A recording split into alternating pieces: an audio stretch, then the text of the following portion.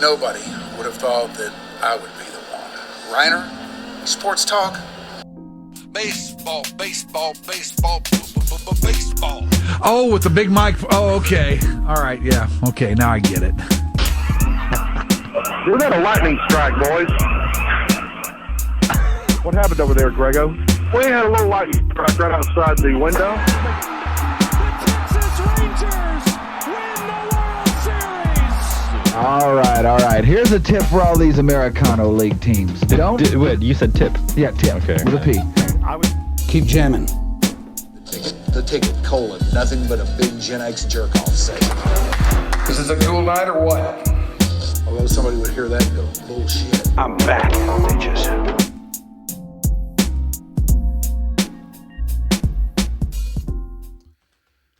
Hello again, one and all, wherever you may be, no matter how you may be receiving this podcast transmission. It is another episode of Your Dark Companion, and we are here for you. I'm very excited about this today because I got one cool cat in here to talk about that, but we'll get to him in a minute.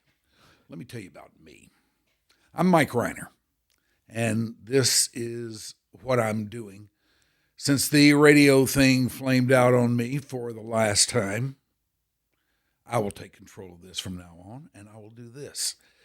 And this is our podcast. We do these ever so often, and what it is I get somebody in here that I'm interested in, and I talk to them about what's going on with them, what's on their mind these days, whatever they might want to bring to the discussion, I'm quite game for, but mostly, what makes them them? And how did they get to be where they are? And we've got a dandy today because we're going to talk to a guy that I cannot possibly even begin to fathom how he does what he does. But he does it great. I've been to see him several times, and I will go back because every time I like it more and more. He is the noted comic, the great Paul Varghese. I like noted. They always say local. Yes, noted local. But you're, Don't say local. I didn't say local because you transcend local. Yeah, exactly. But they always say local. Like it's Yeah. it's kind of a passive aggressive compliment. You know, Yeah. like I don't like I'm confined to the DFW Metroplex. But no, so I appreciate noted. Noted is better than Yes, local. Yeah, I like noted. yeah. How are you? I'm good. Things are good. I can't complain. What's been going on? Have you been gigging a lot? Yeah, been on the road. I do a lot of corporate events, so I don't really publicize those because you can't really come to those unless you want to spend Right. $500 a plate. Right. It's kind of like a band playing a fraternity. Yeah, and so that allows me to be able to do the shows that I want to do as opposed to the shows that I have to do. So What's the difference there? the shows that I have to do because hey, we have to pay rent, and so okay, we're gonna gotcha. we're gonna take this $250 gig, Right. You know, in Mesquite, Gotcha. so we can keep the lights on. Yeah. Like it's cool to be able to just kind of do your thing, and then you can do like the Kessler and not worry if 2,000 people show up. Yeah. You know, it's okay if it doesn't sell out. So How many gigs do you do a year, would you say? at my peak when I was doing it a bunch, because I was doing a bunch of colleges for a while, it was easy 300. But it all just kind of blurs together. I mean, I like working. I took time away from it a little bit to keep the relationship kind of going because I don't think we and her would have stayed together had I been going out 300 nights a week. Yeah. I don't think it would have worked. Unless I'm bringing a lot of money, it wouldn't have worked. Yeah, that makes it work. Yeah. It's a little bit easier to overlook these things. Yeah. You could just hand them a $50 bill and be like, "Hey, I'll be back." Yeah. So Yeah. $50 is a lot to me. Yeah, it's a lot to me. Hey, it's a lot to me too. So, how long would you say you've been doing this? I mean, can you even begin to put in a certain time frame around it? Yeah, I mean, I remember the day, June 6, 2001, was my first time on stage. But I had taken a class in February. Dean Lewis, who still teaches a class now, in 2001, I think it was maybe his second class. I was second group of people that graduated, whatever, and I took that and then performed the June 6th 01, and I thought that was it. I was just kind of not really a bucket list thing, but it was a thing just to do. Yeah. To see, and I wanted to still take a class. I just graduated from UNT a year before that. Right. and didn't know what I wanted to do, which is, I think everybody that leaves UNT doesn't know what they want to do. I think That's why they go there. It's kind of understood. They didn't know what college they wanted to go to, and now they're like, what do I? Yeah, so That's why they go there, just to put it off. Yeah, kick the can down the road for a few years. Yeah, same here. So I did that, and then, but when I signed up for it and took the class, like I never performed before on stage doing stand up, so that was my very first time. So I didn't know what was funny. I knew what was funny to the people in my class, but that's not a crowd. You know, we all paid money. I paid him money. Of course, he's going to laugh at something, right? Right. But then I performed, and it killed. It went really, really well, to where they called me the next day and asked me to come back and perform a week from there to do a guest set, which is, like 5 minutes, whatever, just to make sure it wasn't a fluke. Yeah. So the first time you did this, it killed. It did I didn't expect it at all. But I didn't expect it at all. I mean, you got to realize back then, even back then there were no Indian comedians ever. I'm sure there was somebody in New York somewhere, but there was nobody on TV. That's why I did it. So my material was all like stuff that crowds had never heard of before, like a lot of my immigrant parents, that kind of stuff that you start off with, right? Sure. So I didn't know if that was just a fluke thing. They didn't know what to expect. The club didn't know what to expect. The manager didn't. So that's why I got a lot of my work early on, because I was kind of the niche guy that they've never seen, And then I wrote out of that, obviously, and then it just became what it became. So were you always like the funny kid in class? Not really. I would say like maybe I'd get like one good line in a semester that everybody would laugh at. You know what I mean? And then and I'd live off that, because Right. I was really quiet. I mean, I have immigrant parents, so they barely speak English, and so they told me if I'm going to say something, it should mean something, right? So that's always how it was taught. That's why I'm kind of quiet now, even off stage. I don't really, unless I'm getting a little bit of liquor in me, I'm not going to really talk a whole lot, because if I don't have anything to say, I have nothing. And this is the same thing with when I do stand up. If you notice, I don't really waste words normally. No. I keep quiet as much as I can, because that's kind of just how I was raised in that sense. And so my cousins are way funnier than me. Everybody was shocked in my family that I did it, because they all knew that they could do better, but they didn't need to do it. So when they come and see me, it's always the same story. It's like, who thought Paul would do this? Like, we're so much funnier than him, but we're smart and we have real jobs. But so good for you. You know what I mean? So Right. That's so I've never been the funny guy. Now I don't think the funniest guy amongst my friends, but it's a different thing. Stand-up's a different thing. You're talking to strangers. You're trying to connect to strangers within like a minute, if a minute. Yeah. Like some crowds only give you 10 seconds. I remember the first couple times I met you. I got to tell you, I was a little bit off-put by you. Everybody is. For that reason. I mean, I figured, okay, this guy's a stand-up comedian. He's going to come in here with the beanie propeller on, and throwing shit everywhere. Yeah. And you were not like that at all. You were very quiet. And it seemed like you were leery of me. Yeah, I don't want to say the wrong thing. I don't want to step on toes. I don't know what anybody's sense of humor is. I don't, it all goes back to like, I can't remember the year that we met, but like, I remember do you remember Bob and Tom? Remember that radio show in the Midwest? I've heard of it. Okay, Yeah. It's a huge deal over there. And so for comics, when they come into like Indianapolis or whatever, they have to go on that. If they go on that show, if Bob and Tom will let you on the show and you do well, you can sell out the weekend if you do good. Yeah. Again, I don't know them. I walk in there and they're the kind of group that they want setups for your jokes. So, hey, what joke do you want to do? We'll set you up for it. So I had a joke about watching church on TV. Like, that's how lazy a Christian I am. I watch church on TV. And so they have the lady here who does like the weather. She's like sitting right next to me. And Bob and Tom are over there. And he throws out the little thing about, so what's about church on TV? And I started going into my bit. And she leans in. She goes, church on TV is for the bedridden. And then she goes back to typing. So that just ruined the whole joke. Yeah. And so ever since... Way to throw out the damper. Yeah, exactly. So ever since then, I'm like, okay, well, I guess nobody understands. I guess only the crowds understand my sense of humor. So I'll just keep quiet and see what everybody's soft point is, because everybody has different sensitive points, Like one of their sidekicks, he made fun of me for something, and then I made fun of him for being a Redskins fan, and it shut the whole show down. They were like, oh, we don't talk... You haven't heard the show, have you? We can't talk bad about the Redskins. I was like, I'll just be quiet. I won't say anything. So fast forward, no tickets were sold. But I got to tell you, normally I do make notes about the people that I have in here to do this. I made more notes on you than I have anybody. Usually, it's about a quarter page or so biographical data, and that's it. Okay, I'll tell you. I've got more stuff on you for anybody. We probably won't get to all of it. That's fine. I'll tell you that one time when Wikipedia first started, you could edit in your own stuff on Wikipedia.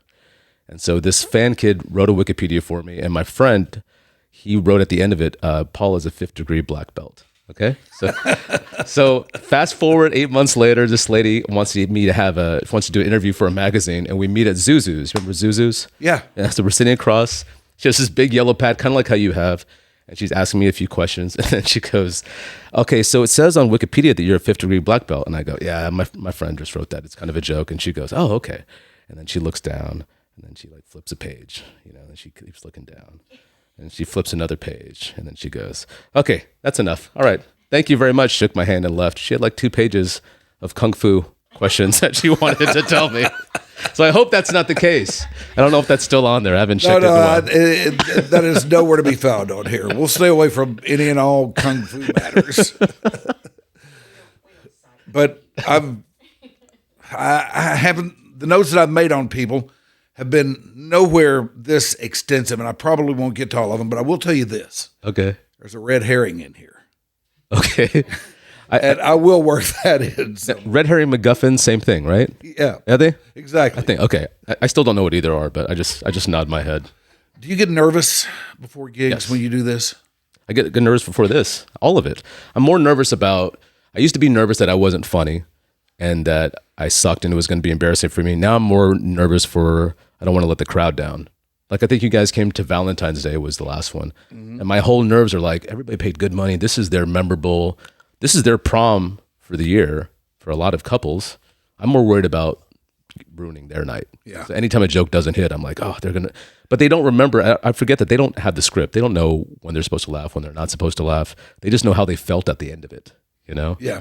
But for me, I'm I don't want to mess up that and New Year's Eve are the 2 most nerve-wracking shows for me. But I'm nervous all the time before. Do you always know when a joke hits and when it doesn't?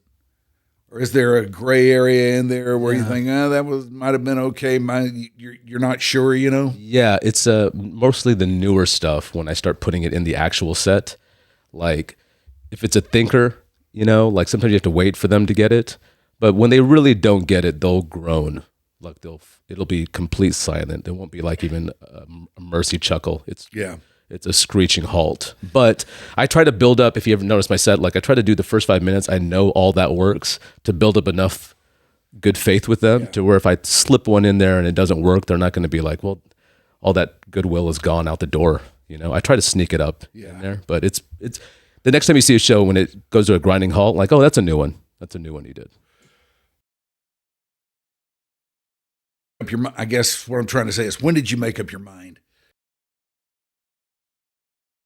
World.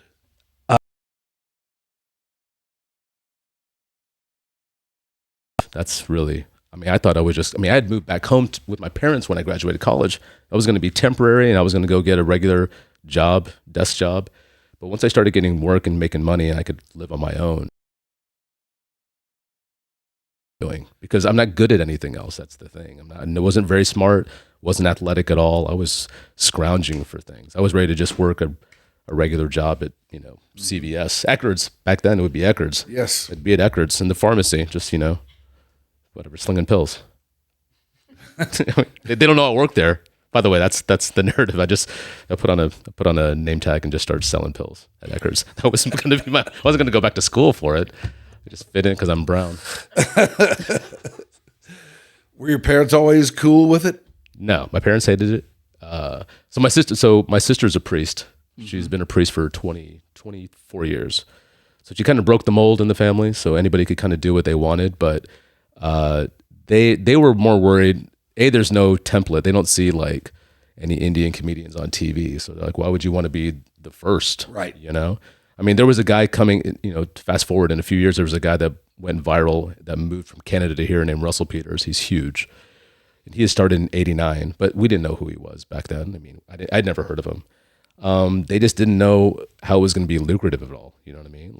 All they saw was Bill Cosby and Seinfeld. Nobody that looks like me. Right. So why would you want to go? And they're not just even on TV. There's no Indian people on TV. So why would you even want to try to do that? So Did you ever have discussions with this about it, or did they just let you know that we're not on board here, and you said, "Okay, I'm going to do it anyway"? yeah, it was a big thing, like, because it was almost like my cousins had to come hang out with me to go talk to, like, take me out to lunch and ask me about it. But my cousin, one of my cousins specifically, she got what I was doing because she would come to my show. She knew that there was potential there. Right. I was getting work, but when you start out, you're not making good money. I mean, the money I was making when I started is the same money they pay now for that position. Like, they haven't raised anything in 24 years. The clubs haven't. And it's not sustainable money unless you're headlining, you know? When you're headlining, you're fine. But everything else is just the same garbage pay. So my mom was more concerned that I couldn't afford to, like, raise myself and be sufficient, you know? My dad just didn't know what I was doing. Yeah. He just didn't understand it because, I mean, they didn't move down here for that. They didn't move across oceans for that. Dads can be like that. Yeah. And now they love it because, like, they get recognized because of their last name. So they get, like, discounts at grocery stores and all this stuff. Now they love it. They couldn't, you know? Everybody asks, "Are you Paul's parent?" They're like, we have all those things. So they love it now, but I understand their concern. I totally understand the concern, you know? I wouldn't support my kid. If I had a kid, I wouldn't support him doing it. It's just, it's more mental grind than anything else. And I can imagine. same thing like with music, you know, Yeah. it's the same thing. You keep thinking that you missed the boat. You keep thinking, am I doing enough? Am I not doing enough? It's such a mental grind. So more than physical. Like in music, where guys will get hung up is, okay, is what I'm doing, what's going on right now? Yeah. Is it right for the time? Am I right for the time? Yeah. Do you have that in play? I watch a lot of stand-up, so I kind of know what's been done. Yeah. Or what's being done.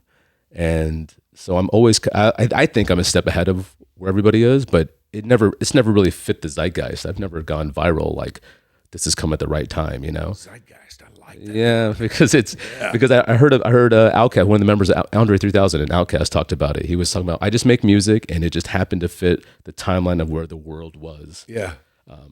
And it clicked, you know? But with stand-up, it's different. None of my stuff has gone viral, but the guy who went viral, he went viral a year after I was already putting stuff up. It doesn't mean that I was better. It's just, it was the right time for when he put his stuff up, you know?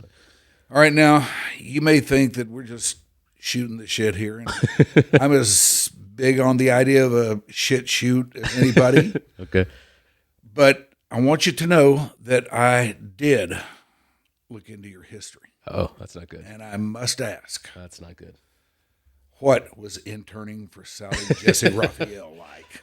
Oh, okay. Oh, wow. Okay. It wasn't It's not that funny. it wasn't fun.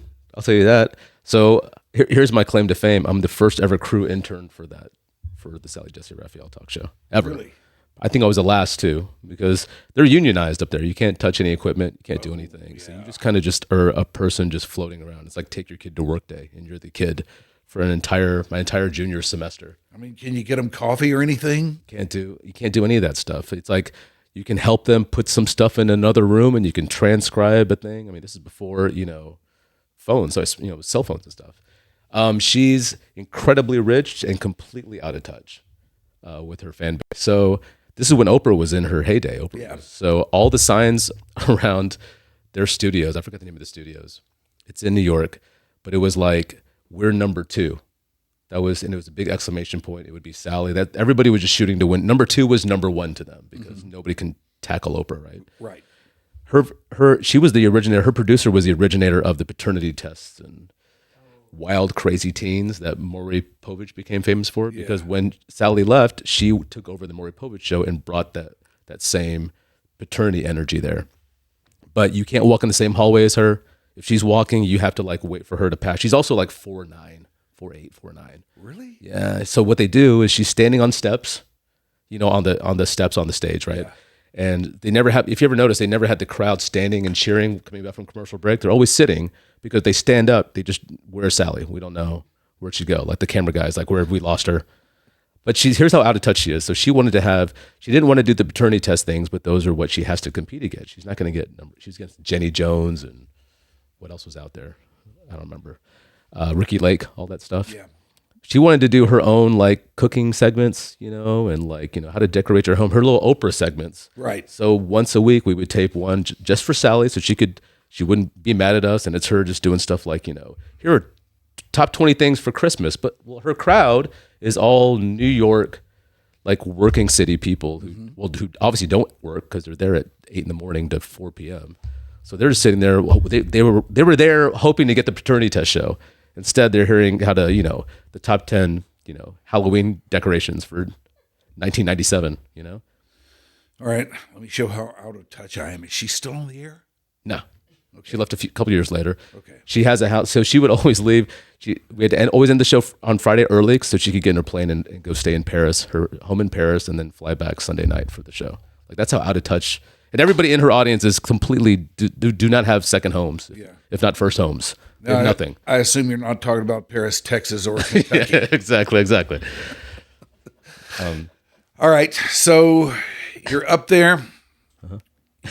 You got the crowd in the proverbial palm of your hand. Okay. It's all going really, really well, and then a joke bombs. Okay. Does that ever happen? All the time. What do you do? You try to pretend. I used to acknowledge it all the time. Sometimes I do it now. I'll say something, but you're supposed to, by the rules, not say anything and move on, so they don't even notice it. Yeah. But it hits hard for me especially when it's something that I like, that I'm really excited about. Yeah. Like I have a new joke about Juneteenth that I'm so excited about, but it's such a delicate topic. But I love it, and it hasn't bombed yet. It's gonna bomb this week. I know. I've only done it twice, and it's been great. But I'm gonna mess up. It's one of those words. If I don't get the wording right, it's going to be terrible and awkward. And it's gonna happen this week. I know something's gonna happen. I'm gonna drink a little too much whiskey and stumble and leave out the right word to make it connect. And there's gonna be like, what? And then I try not to acknowledge it, but in my head I can't not acknowledge it. So I'll spit it out. Sometimes I'll say like, okay, you guys, we're not doing that. We're not going there. Okay, we'll go somewhere else. And you'll see that a lot, with a lot of the comics, Yeah. Let's talk about the proverbial line. Okay. How close to the line will you get, and where is the line? Does it vary from night to night, from room to room, from place to place, or how do you negotiate that? The audience will tell you the line, but like if I'm doing something about a specific race, I will make a point to go do shows where rooms of that particular race are to find out what the actual line is. Yeah. Because if it's a diverse crowd of like, white, black, Mexican, Asian, whatever, the line's very fluid there, because what's offensive to somebody is not offensive to the other. But like I have this bit about police brutality that was like a joke that I was known for. And I only knew it was legitimate until I did it in front of minorities. Because in front of a white crowd, they're gonna laugh. But I was like, in front of people who are actually affected by police brutality, let me see if this works. And it kills at that crowd harder than it does for a white crowd. So that's where I knew the exact line was, if that makes sense. Are you a big push the envelope guy? Yeah, I like to. I like to think I am. I'm pretty light fare on a lot of stuff, but like, right now you've seen my set. I do jokes about immigration. Yep, you do. In a border state. Yeah. Which it's easy to say that in New York or Illinois or Montana. It's hard to say if any place is gonna boo you about immigration, it's Texas. Yeah. So I think you remember my joke was, the idea was, if you want to fix immigration, we got to make America suck so people don't want to move here. And when you say that in a room of Texans, all just sitting there like, what is he talking about? I can feel the air suck out. But I'm doing that on purpose because I know I can validate it in the next sentence, And so I've never been booed off that line. And the first few times I did it, I was like, oh, here it comes. It's coming. But you can't say that line timid. You have to like say you have to make America suck. You have to say that. Yeah. If you say it we should make America not as great. It doesn't hit, you've got to like punch him in the gut, When something like when you're working kind of close to the edge like that. Yeah. What do you do when you throw something out there and it just falls flat? It just dies. It hurts my feelings, but like now, like I said before, I don't want to lose the crowd. It's really easy to lose a crowd, especially if something really heavy. Some guys make a joke about it. Yeah, they'll have a save. They'll have a save just in case it lays there, but you can't really take that energy back. Like when I did like that immigration joke, I'm always bringing it up because it's brand new, but when if that joke never hit, then I would probably quit doing it. You know what I mean? But you have to like, what's the word? Like I can't apologize for it because I said it. Right. So you're kind of stuck. You're kind of stuck. I mean, there's a reason a lot of comedians work clean and inoffensive, is because you always can. You're never gonna piss the crowd off at all. They may not laugh, but you're not gonna piss them off. I'm trying to get them going. I want reaction. I want gut reaction. I don't want like, oh, this is pleasant. I remember working with Brian Regan one time, and Brian Regan's known to be clean. That's what he's known for. Yeah. And so a lot of church groups come out to see him, right? And I'm opening for him, and this youth pastor comes up and he goes, "Hey, I appreciate the fact that you were about to cuss and you didn't cuss." And I was like, I don't want that audience because I don't cuss, you know? My dog and shampoo and soap and cars, but every now and again I want to throw in a Juneteenth joke and see if you're like alive, like, you know? I don't want to be a clown. I don't want to feel like I'm a clown up there. I feel like I kind of have a little bit of responsibility to say important stuff every now and again. Yeah. Well, I mean, from the times I've seen you, I've always come away feeling that you did that. Yeah. I mean, you know, that you were successful to that. I don't want to over preach. Yeah. I don't want it to be a TED talk, but I also don't want it to be like, oh, his joke about toast was so funny. I want them to go like, that Juneteenth joke is hilarious. So I might have to pitch it on air at some point. I've only done it twice. Do you feel like you've made it? I felt like I made it when I could make a living doing it. You know, other people will tell me they haven't made it, but that's on them. But if I can make a living and pay my bills, that was the template as to what success was. And I have friends who are very, very successful at this, and they're not as funny as me. And that's not me being bitter to them. They know it, right? But it just clicked. I mean, it's right now we're in like, there's so much stand-up out there because of Instagram and YouTube and phones and everything. There's so much content out there. A lot of it's garbage. And a lot of that garbage has become famous and is doing arenas. And I'm not jealous about them. I just know that I put in my work and this is what I did. And it didn't hit, or it's not hitting.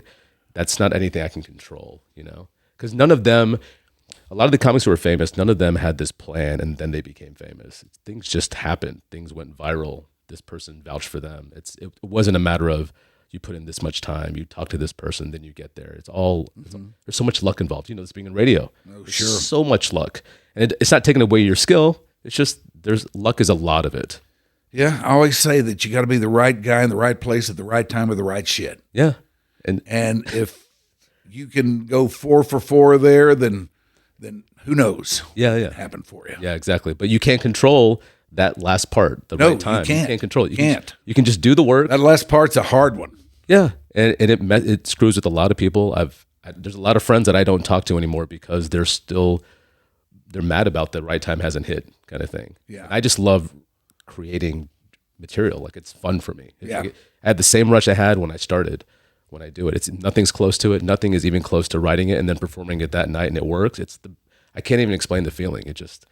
It's a new toy to play with, and then So, what who makes you laugh? My cousins. My cousins are really good. They're really, really good. All of them. They're really smart, really clever. So in my family, we don't cuss. See, I can't tell if he's putting me on. No, I'm telling you, they're really good. They're really fun. You know, the next time I day drink with them, you should come out with us. They're super sharp. I would love to. They're super sharp, all of them. And when they're all together, I don't say anything. I just sit there, and then it'll always come back to like, look, Paul's not even saying anything, and they pay him. I'm like, yeah, I know, dude. I'm off the clock, guys. That's all I can say, because they're all super smart, they're all super educated, and they're all clever. Comedy wise, I mean, I love stand-up wise. I don't even know who I like Bill Burr, but he screams a little bit too much for me after a while. He's a millionaire and he's complaining, so it's hard for me to really, really just be in his shoes. Like, Bill Burr's a millionaire. Yeah, he's well off. I should be, based off my account, I should be as mad as Bill Burr, you know. But I feel like I'm happier, and I don't know what he's so mad about. But comedy wise, I mean, so I used to open for Joan Rivers. I was on the road with Joan Rivers for a while. The only reason I'm not is because she got sick and passed. Yeah. Being selfish, so selfish to put herself in a medically induced coma when I could have been a superstar. But no, she's really good. She's really, really funny. And she's easily the most offensive comic I've ever seen in my life. Really? Anytime any comic, that's why I hate when comics talk about how edgy and the crowd doesn't get it. The set that I saw, because I worked with her 4 or 5 times and then she passed, it's the most offensive thing I've ever seen in my life. And I was 12 years in. Like, she opens like this, and I'm not going to say the words. She opens. So first off, she introduces me, which is sweet, because they hear her voice and they go nuts. And the room is all gay men, all handicapped, really old people who are handicapped. So it's gay men jumping up and down and people like in motorized wheelchairs. That's the whole crowd. And it's hard. They're waiting for her. She's iconic. I mean, she is easily the most famous comic. I mean, she's Mount Rushmore of comics. Yeah. I mean, she'll bring me out. Her voice is so recognizable. They go crazy. I do my thing. I get off stage. She opens. She goes, first thing she does is, give it up for Paul. He's the best comic in his price range. She says that. So it was her first line, always, every time. And she goes, let's get this all out the way. And then she goes down the list of every single racial homophobic slur, every single one that you can think of, even ones that I was like, well, that's a new one. I was like, right, Googling it. Every single one. And the place is going screaming. I'm like, what? Like, if I recorded this, if I had recorded that, she would have been canceled. I mean, she says every single thing that you think you could never say. She says all of them in a row. And the place cheers, and then she just goes on to her act. Makes fun of the crippled people in the front row. If you're crippled, get in your wheelchair, roll out of here. And they are like pressing the keyboard, laughing, whatever, like, ha ha. I was like, what? I couldn't believe what I was seeing. Then she's yelling at the gay men about how gay. I'm like, this is the most ridiculous thing I've ever seen. And I love it. And she's a sweetheart. She's awesome. She loved me. She's a sweetheart. Does stuff ever get planted into your head and into your subconscious where it comes to mind and you're not sure if it's yours or somebody else's? I've been pretty good at that. I think I normally look stuff up if I think I watch so much stand up. I look it up to make sure that I'm not doing anything else, but I'm really good at it of knowing that what's original, what's been done. So if you think it might be, then you go look up the guy that you think might have done it, or I'll type in rescue dog joke into YouTube. I mean, that's what I use YouTube for to like. But like, even when I did that joke about having a rescue dog, like when I typed that in, all the angles were not angles that I was doing. It was all like, the word rescue, you didn't actually go and rescue it. That was always the angle Bill Burr used and Jim Gaffigan. The way I used was, your dog is ugly. Remember that's the joke. Yeah. When they tell you it's a rescue, but you're not asking that question specifically, So that angle was never done. And so that's why I did that angle. I wasn't going to do the other one, Yeah. But there is a lot of joke thievery. There's a lot of it, especially now. There's so much of it. It's I just don't see how you can prevent that from happening, I mean, well, you have to think of something unique about it. You know what I mean? Yeah. Like right now I'm doing a joke about protesting, and all the angles I see about protesting are people bashing the protesters or bashing the causes. What I say is, think of how much they benefited the poster board and marker industry. Like, who loves racial inequality? Sharpie. They love it. How's that not their commercial? You know what I mean? Like, and then I go like, that's why Hobby Lobby is so arrogant. They say the most controversial shit every few years, and they never apologize. They never worry about getting canceled, because in order to protest Hobby Lobby, where are you going to get the supplies? There's people going, I hate Hobby Lobby, but I'm not going to Michael's. And that's an angle that nobody's taking. Everybody else is saying the protesters were idiots and all this stuff. And I just like taking the angle of like, hey, the cops shouldn't be surprised that they can't stop the protesters, because an entire generation of kids, they've all been raised off tahini, spicy margaritas, and flaming Cheetos. Like, pepper spray means nothing to them. And that's an easier way of saying it. That's an easier way of saying it than saying the protesters suck. Because anybody can do that angle. And when you say the word protester on stage, it is a trigger word now. It is. Yes. People tighten up. They're like, he's going to make fun of Israel or Gaza. And I'm like, I'm not even going there. I'm going to like elementary school science fair and Hobby Lobby. I'm taking but I like that release. I love that release of them going, oh, okay, we're just talking about Sharpie and, So But that's how I think I had this issue with 9/11 because, I started in June of '01, right? Yeah. 9/11 happens 4 months later. Yep. That was supposed to be my first weekend at the Improv, was supposed to be that week. And then somebody got shot in Mesquite. Some idiot thought a guy in a turban was a related terrorist, so he shot him. So the Improv was like, hey, we don't want to put you up for a few weeks. That's cool, just in case. But one of my first jokes back was about getting a guy tap me on the shoulder, yelling me. I think you've seen this joke. It's probably online. The one about the black guy tapping me on my shoulder, telling me to turn my iPhone down because it was too loud. My music was too loud. And I was like, I turned around. I was like, it was a black guy, and I was like, he thought I was gonna be scared of him because he's a black guy, but I'm a brown guy in a plane. Like you're intimidating on the ground. Like the sky is my hood. You know what I mean? Like, but I'm doing this like right after 9/11.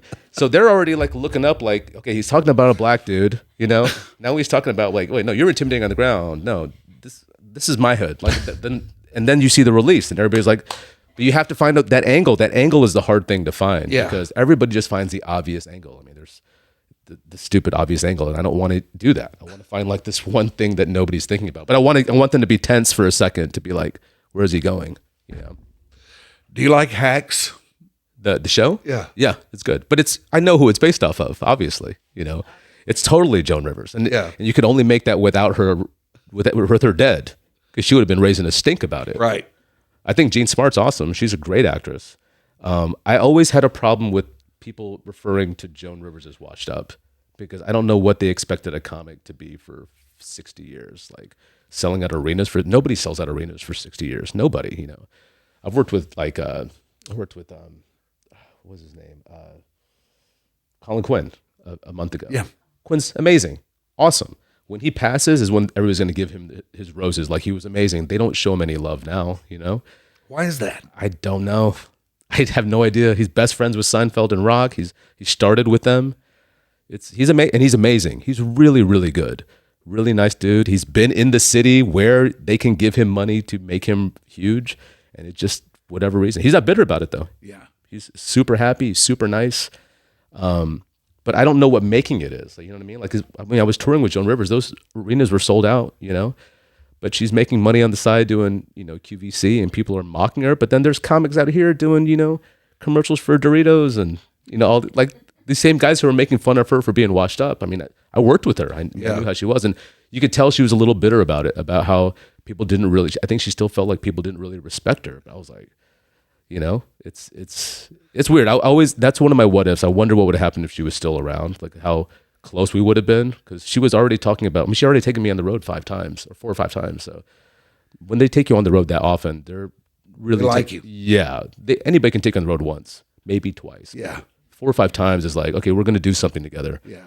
And so I always was curious about that because people treated me, she would yell at the staff. The staff didn't treat me right. That didn't treat me right, but she was like, if I was sitting there, she's like, do you know where your green room is? Like, I don't know. She's like, how come you don't know where your green room is? She's not yelling at me. She's like, how come nobody told him where his green room is? And they're all like, Miss Rivers, so sorry. And they all run up, and I'm like, I don't care about it. But it's cool to have somebody like on that level. Like, she had a, I can say all this because she's passed now, but she had a stalker that would go to every show. So there was a name that they would tape backstage, a name and a picture, and what they thought he looked like a little sketch kind of composite of what this guy looks like, and before every box office had to have it just to make sure this guy didn't show up. That's fame. Yeah, that is fame. What happened when he did show up? Did they let him in? I never saw him. I just heard about him. I would just see that thing sitting backstage. Yeah. A little Post-it note of, I forgot his name. I should screenshot his name and just looked him up. That would have been a good episode. And you were her opening act? Yeah, for like the last year. Yeah, so dude, yeah, she was. It was big time. It's wild. And I've been able to work with some really iconic people, but like by far, her, Colin Quinn, Gary Goldman. I don't know if you've seen Gary Goldman, but they take the cake. They're like, but I've worked with Robert Klein and Paul Reiser, and they're not selling out clubs, but they're iconic comedians. They've made their imprint. I can't imagine somebody being. I don't know why people consider Joan Rivers washed up. Is what I'm saying. Yeah, she was making lots of money. She's doing more TV than anything. Long time ago, I went to see Paul Reiser when he rolled through here. Yeah, and Paul Reiser was also in Diner. Yeah. Which I love is Diner. I know. my favorite film ever. Okay. And I went to see him, and man, I was trying to separate Diner from what I'm about to see him do, Yeah. But man, I thought the guy just killed it. Yeah. I thought he was great. Yeah, he's awesome. Yeah, he's a sweet dude too. He's awesome. Swingers is our diner. That movie Swingers is my generation's diner. Yeah. But there's no comics in there. Like Favreau, I think it's Favreau and Vince Vaughn. Yeah, there's nothing close to it. But that's the closest thing to diner that we have. Yeah. But all those guys from the 70s and 80s, they're all great. But who's still selling at arenas from, I mean, even musically, there's maybe you can probably count on one hand who's still doing arenas now from the 80s. I mean, Stones. You got to be pretty big. U2, Red Hot Chili Peppers is pretty much it. Now there are probably one or two more, but that's you're probably skimming the top there. Yeah, I mean, even Chris Rock goes on tour every 5 years, 5 or 6 years. Like, it's hard to stay. But again, what's relevance? It's like you're in a theater today, but then you go down to selling out comedy clubs, which I can't even sell at a comedy club. So I don't see that as I can understand why they think they're falling backwards. Yeah, but how do you stay? It's hard. I mean, because you're not going to get a new generation of fans with stand up. I don't think you really get a new generation of fans. I think you get those people are locked in. Yeah, you're not going to 20-year-olds aren't going to all of a sudden want to go see Joan Rivers. I think they should, but they're not going to. Yeah, the people that went to see her probably had been seeing her forever. Yeah, I mean, you can see when the look on their face when she walks out. I mean, I've never seen people just starstruck that she's right there, and I mean, we're in Biloxi, Mississippi. They should be starstruck that somebody came to Biloxi, Mississippi. So. Do you miss Blockbuster? Yes, I do. Oh, yeah, okay. Yes, I do miss Blockbuster. Yeah, well, I'm a huge music nut and movie nut, so I just went to it. It was the one over on Skillman. I don't even know what's there anymore. It's probably on. No, it was.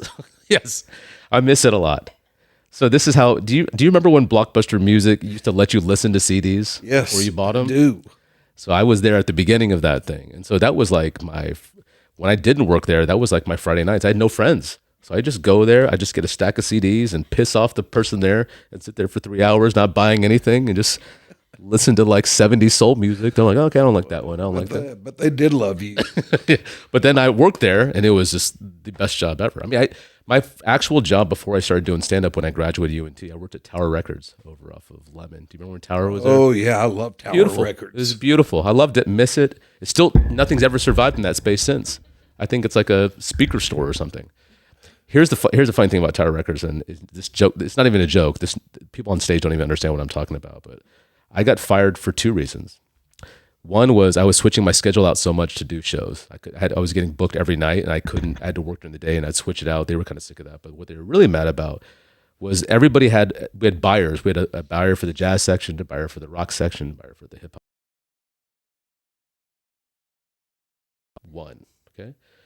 And we would run out of blank CDs and stuff. And this is like the beginning of Napster and Kazaa. Yeah, and LimeWire. right. And they're like, hey, and so I would come back, from a show and I'd get back in the morning, like, hey, you didn't put the new blank CDs out. I'm like, guys, do you realize what you're selling? They're buying one of our albums and they're making 20 copies and selling it around the corner. And you want me to like contribute to the demise of Tower Records. You want me to just keep buying them more stuff. So because they didn't realize what was happening. They just thought, I don't know what they thought was happening. You know what I mean? But I mean, there's no music stores anymore because you remember everybody would just burn. Oh, yeah, sure. I have all the Queens of the Stone Age albums. They're all on a blank CD written with a Sharpie. All of them. I don't know what the liner notes are. That's what people did. And they didn't realize they were like, I don't know why anybody's not buying our albums because they're buying all the blank media. I'm doing you guys a favor. And then they let me go. I think I was ahead of the curve because I recognized that this was going to lead to the downfall of it. Yeah. Long before anybody else. And I would tell people about it, talk to them about it, but they didn't want to hear it. Yeah, nobody wants to. They thought I was crazy. Yeah, you can't just get music for free. I'm like, once you get it for free, you can never put a price on it again. No, it's over. You can't. It's gone. By the way, that was the red herring. The Blockbuster thing. Yeah, I brought so much PTSD back. I've heard you say that you were good at writing when you were younger. Did you write comedy or something else back then? I didn't. I was a big Shel Silverstein fan. Where the sidewalk ends. Light in the Attic. I still am a big fan of his. So I would just try to write poems like he did whenever we had writing classes in English.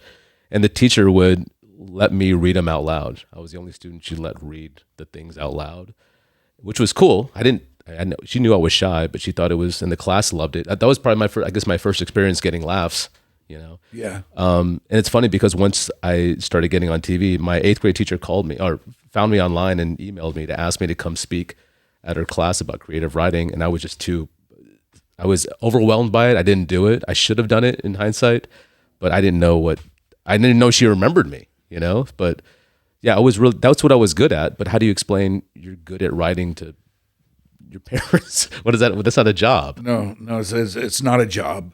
And it's really hard to explain it to anybody. Yeah. Anything creative. Yeah. I wish I had played music way before. Yeah. But that's not what we were raised to do. We were raised like, just get good grades and you'll figure it out. But go get you a nice job. Yeah. Just be happy that you're here, Yeah. And yeah. So but I wasn't smart. That's the other thing. I wasn't really smart. So that's what my parents didn't account for. What were your school years like? Were you withdrawn, or you were? Yeah, super shy.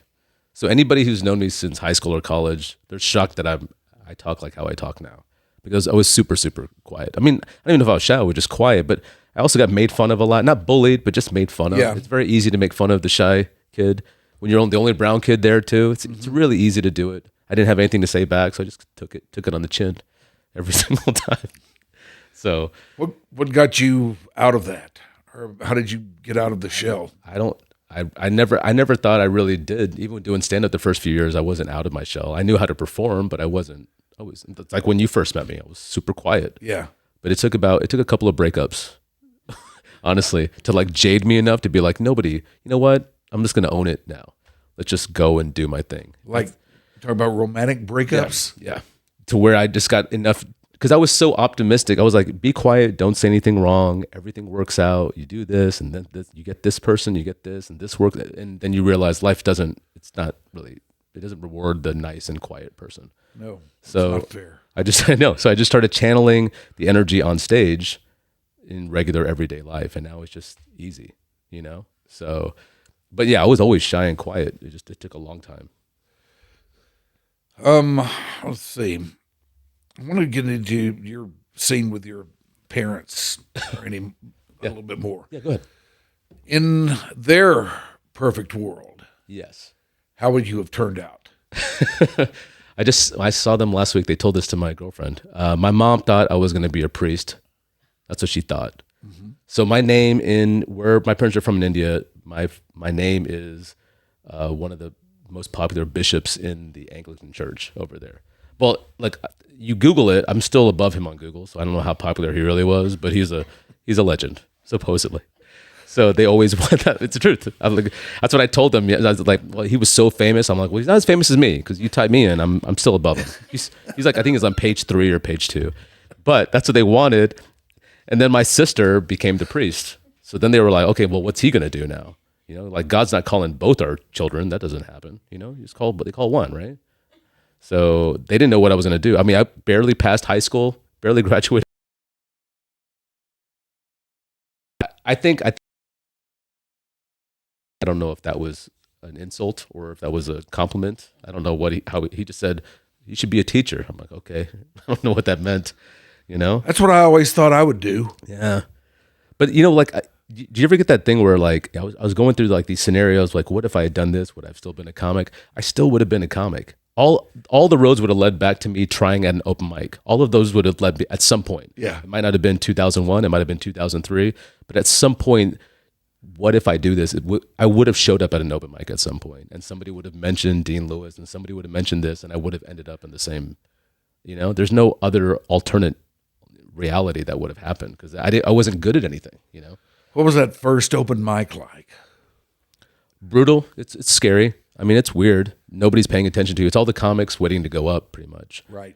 And they're not going to laugh, especially if you're new. And when I came in, I had already done these few shows, before, and they knew I was getting work. So it wasn't like they're welcoming me with open arms. I'm brand new, And then eventually you start finding out with open mics, you find out where the crowd is, whether it's 1 or 2 people, whether it's you're friends with the comics, if some of the comics are your friends, you end up performing for them, But they're still hard to this day.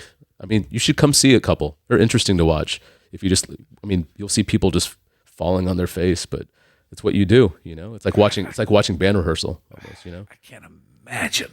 It's what it must be I think the older you get, the harder it is, because I think you feel like at a certain age, I know enough. This shouldn't be happening, you know. That kind of like personal embarrassment. I don't think people get embarrassed like that in adult life, like where they feel stupid, you know.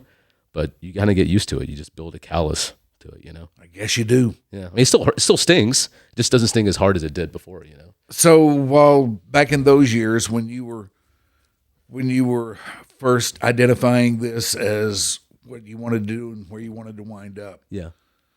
what'd your parents think of that? They were just concerned about me making money. That was their big thing. So as long as I can make money, they're fine with it. Yeah.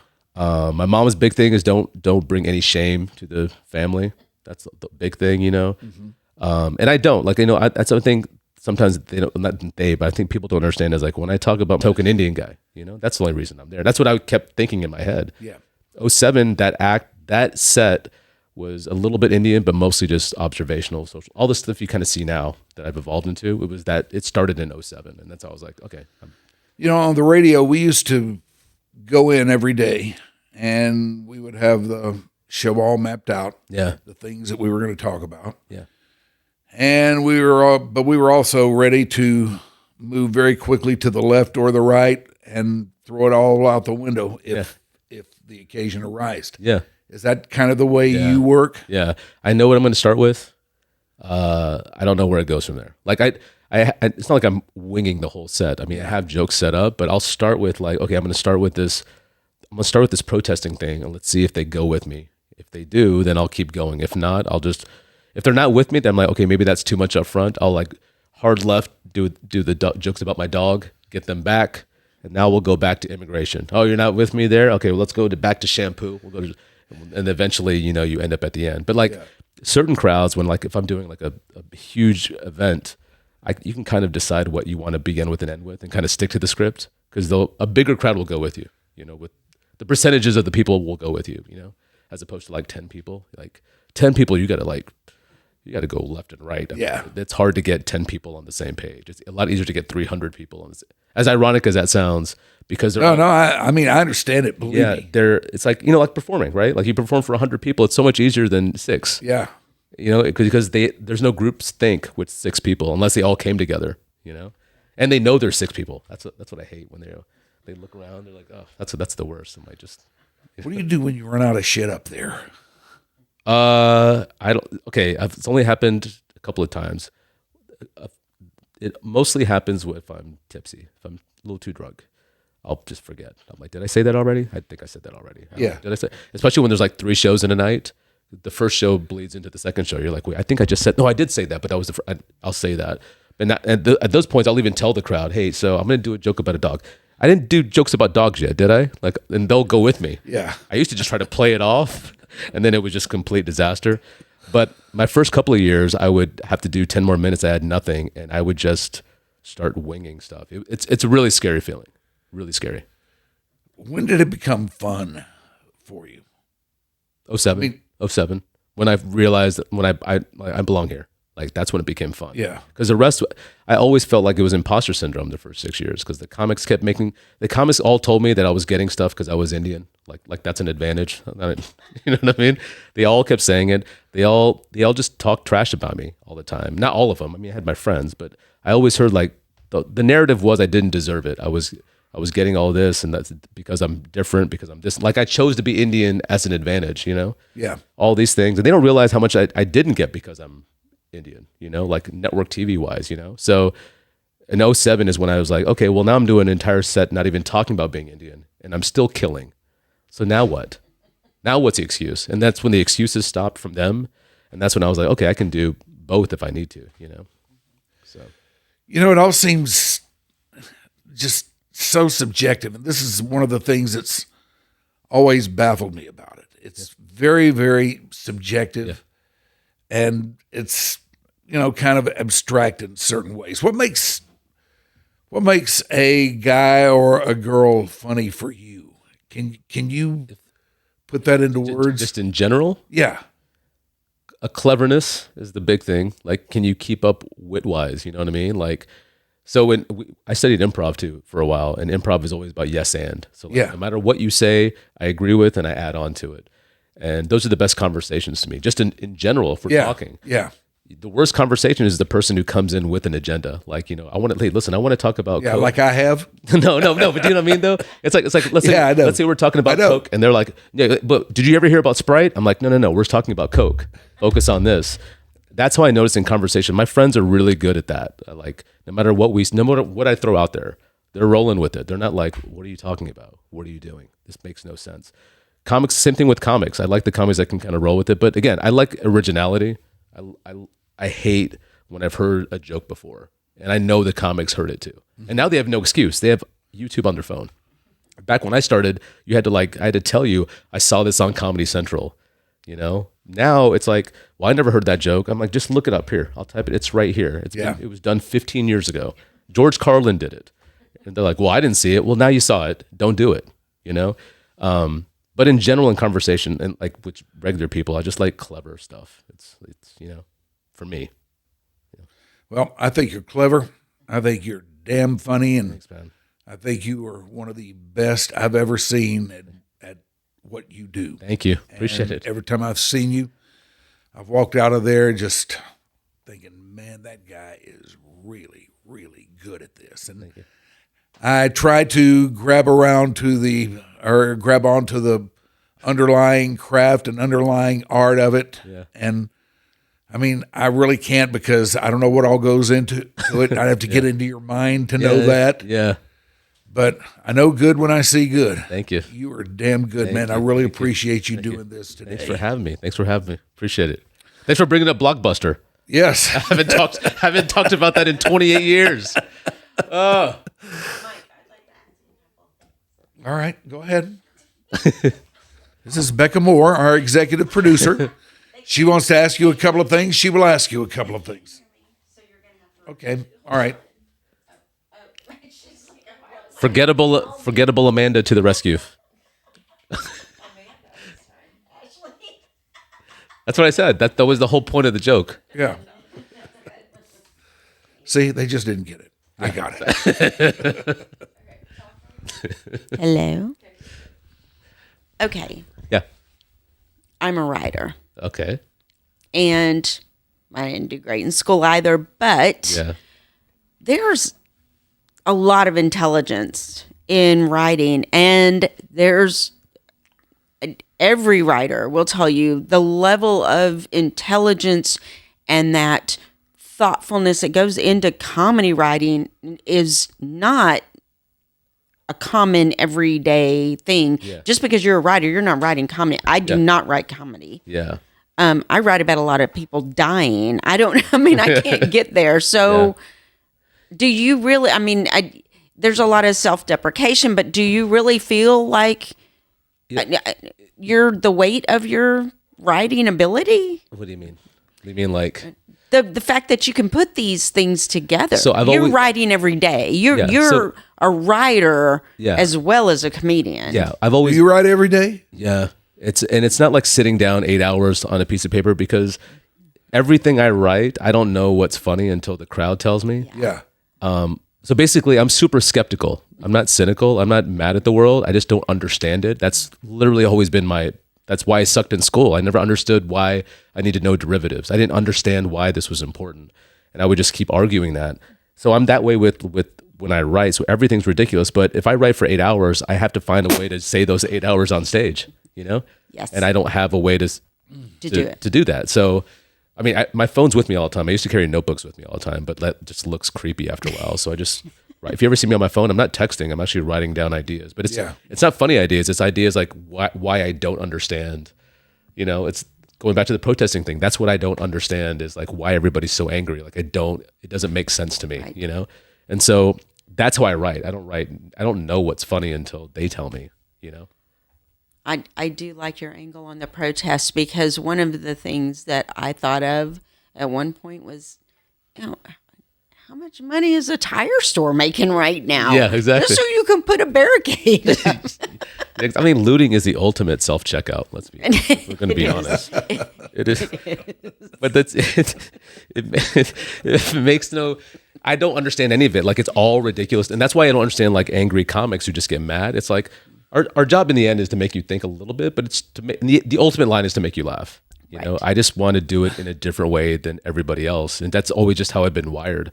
And I thought I would lose it with age. That's the thing, is you end up becoming stale the older you get if you don't keep writing. You know, if you don't keep it, because your brain's a muscle. It really is a muscle, and it can totally atrophy if you don't work on it. You know, and I've seen my friends not write, and you can see them just turn into these like just bitter and just angry, and they can only see one thing and they can't see anything else. And it's number one lesson in sad. every writing class is write every day, even if you write for 5 seconds. You know, if you write down 3 things, ideas, whatever. So the other thing I would like to ask about that I found extremely interesting, because I helped with the research and got to hear some of the stuff that he got to listen to. And you turned down a pretty big show not long ago. You turned down What We Do in the Shadows. Yeah. I didn't tell. Oh, I did say that. Yeah, I turned it down. Well, I turned down the audition. You turned down the audition because I didn't even want to do the audition. Like, my buddy told me that you should just do the audition and then turn it down, but I just didn't even. I didn't even want to put that on camera. I forgot that I said that. Yeah, I was like, well, who am I gonna? I'm not burning any bridges. Like, whatever. I mean, I did that because the role they asked me to do was be Gandhi, a zombie Gandhi, which I thought would be so disrespectful. My parents would be so upset that I was mocking their civil rights leader. You know, whether it's, and that's why that's when people talk about representation in writing rooms and stuff and diversity, like when people mock it, but that's why you need somebody there to be like, hey, that's really tasteless because they don't know. It's not that they're trying to be tasteless. They just think, hey, it's just we need an Indian zombie. Let's put, but it's just, I didn't even want to put that on tape. I didn't even want that out there. I think they recast it to, I forgot what they recast. My girlfriend watches that show. They recast it to something else. I think it was maybe like a jinn, which is like a Pakistani spirit, whatever, folk tale thing. But the fact that they even said that, and they called me on a day's notice. They were like, "Hey, we're filming tomorrow if you want to put it on," which means they probably couldn't find anybody willing to do it either. I mean, I'm sure there's some Indian actor that would do it, but I didn't feel right. It just felt gross, even just reading it, because I love that show. I love that movie. That movie's one of my favorite movies of all time. Yeah. But I don't think Taika Waititi would ever honestly say that. He's a brown guy, and he would never say that. You know, that's not his show anymore. But I don't think he would even say we should do it. I mean, that to me, it was just ethically wrong. Yeah, I think it's really cool that you care what your parents think.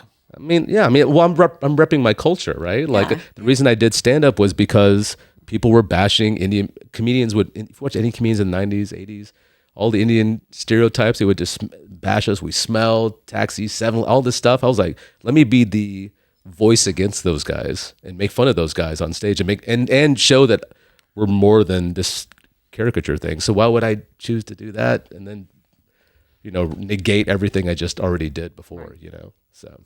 Right.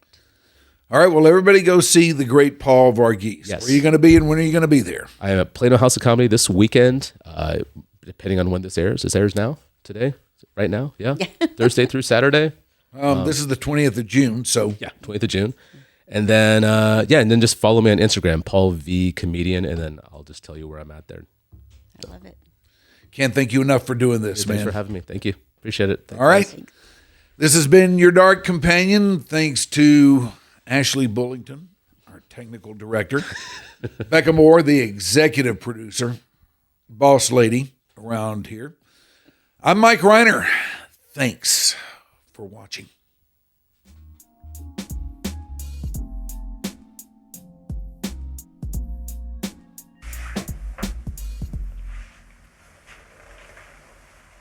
All right. I'm gonna go take my pants off.